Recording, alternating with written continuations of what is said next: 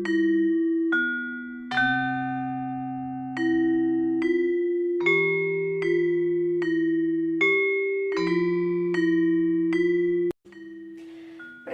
nama saya Lumatul Ilmas Lilia. Di sini saya akan menceritakan sebuah cerita yang berjudul Wanaraja atau Pengorbanan Raja Kera. Dahulu kala hiduplah sekawanan kera di pegunungan Himalaya. Kera-kera tersebut dipimpin oleh seorang raja bernama Wanaraja. Suatu ketika Wanaraja menemukan buah dari sebuah pohon yang hidup di pinggiran sungai. Wanaraja kemudian memakan buah tersebut yang memiliki rasa sangat manis dan lezat. Kemudian Wanaraja berkata kepada para rakyatnya, "Rakyatku, bagaimana jika mulai saat ini kita tinggal di pohon ini? Karena pohon ini memiliki buah yang sangat lezat dan manis, sehingga kita tidak akan lagi kelaparan." Tanpa basa-basi, rakyat pun menyetujui ide yang diberikan oleh rajanya. Dan mulai saat itu, sekelompok kera-kera tersebut hidup dengan nyaman dan tentram di pohon tersebut. Suatu ketika, Wanaraja berpikir akan berbahaya jika manusia mengetahui akan keberadaan pohon tersebut. Wanaraja takut jika nantinya manusia mengetahui, maka mereka akan menguasai pohon tersebut yang memiliki buah yang sangat manis dan lezat. Kemudian Wanaraja mengutus para rakyatnya, "Wahai rakyatku, mulai saat ini jangan sampai ada satupun buah yang hanyut dan jatuh di sungai, serta luput dari genggaman kita semua. Karena jika sampai ada satu buah yang hanyut di sungai dan ditemukan oleh manusia, maka kita semua akan kehilangan tempat tinggal yang sangat nyaman ini." Kemudian rakyatnya pun patuh terhadap perintah Wanaraja dan selalu mengumpulkan buah-buah yang hanyut dan jatuh di sungai. Mereka sangat bahagia tinggal di pohon tersebut dan menikmati buahnya. Setiap hari para kera memotong batangnya dan mencabuti bunga yang mengarah dan menjulur pada sungai. Serta mereka juga mengambil buah-buah yang berjatuhan di sungai. Suatu ketika ada satu buah yang luput dari pandangan mereka. Buah tersebut terbungkus oleh dedaunan yang menjadi sarang semut. Buah yang berhasil hanyut tersebut kemudian terjebak di sebuah jaring milik seorang Raja Benares yang saat itu sedang bersenang-senang dan mandi di sungai tersebut bersama para pengawalnya. Raja pun bertanya kepada para pengawalnya, "Buah apa ini?" Kemudian para pengawalnya menjawab, "Kami tidak tahu, Paduka. Lalu siapa yang mengetahui tentang buah ini? Mungkin para penjaga hutan tahu mengenai buah ini."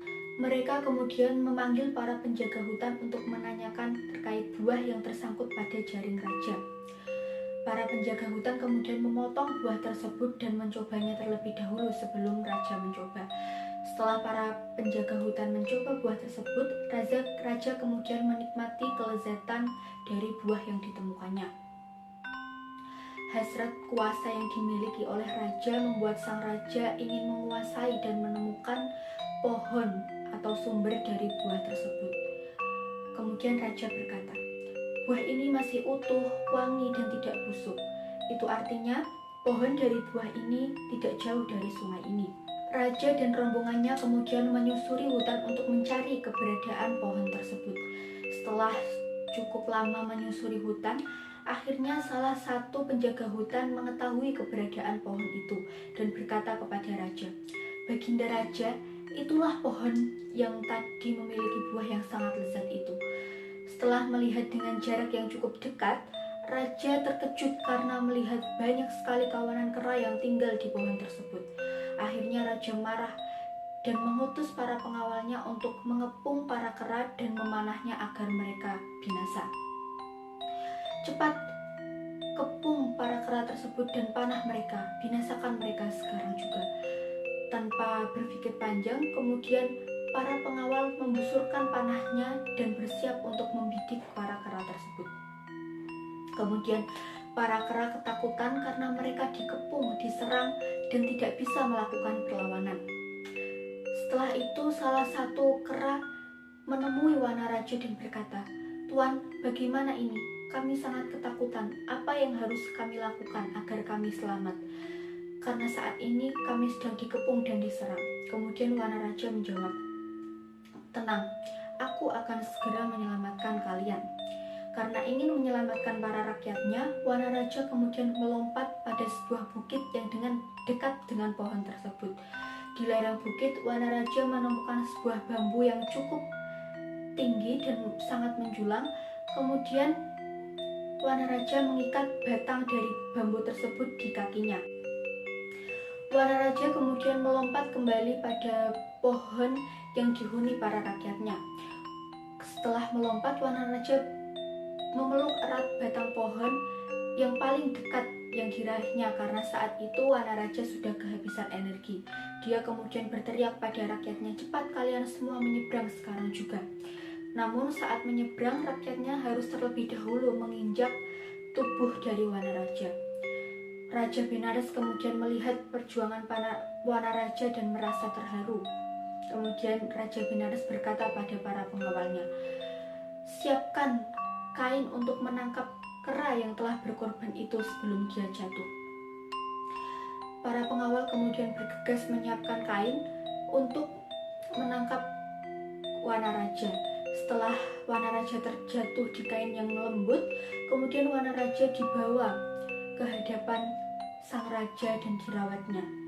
"Mengapa engkau rela mengorbankan tubuhmu untuk jembatan bagi kera-kera itu? Siapa sebenarnya dirimu?" Kemudian Wanaraja menjawab, "Aku adalah raja mereka. Mereka semua adalah rakyatku dan sudah kuanggap sebagai anakku sendiri.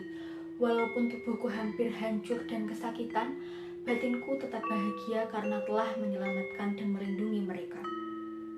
Kemudian sang raja bertanya kembali, "Apakah engkau tidak takut akan kematian?" Wanaraja pun menjawab, "Aku sama sekali tidak takut akan kematian dan kesakitan, asalkan aku bisa melindungi rakyatku." Setelah itu sang raja memohon nasihat kepada Wanaraja dan kemudian dijawab, "Senantiasalah bertindak dan berbuat baik demi kesejahteraan rakyat. Sayangilah mereka seperti ayah yang menyayangi anaknya, karena seorang raja yang tidak baik akan terlahir kembali dalam derita." Setelah memberikan nasihat, Wanaraja kemudian meninggal dalam keadaan tenang. Setelah itu, raja mengutus pengawalnya untuk mempersiapkan upacara pemakaman terbaik untuk Wanaraja sebagai penghormatan terakhir. Setelah mendapatkan nasihat dari Wanaraja, sang raja kini memimpin rakyatnya dengan bijaksana dan baik hati. Terima kasih.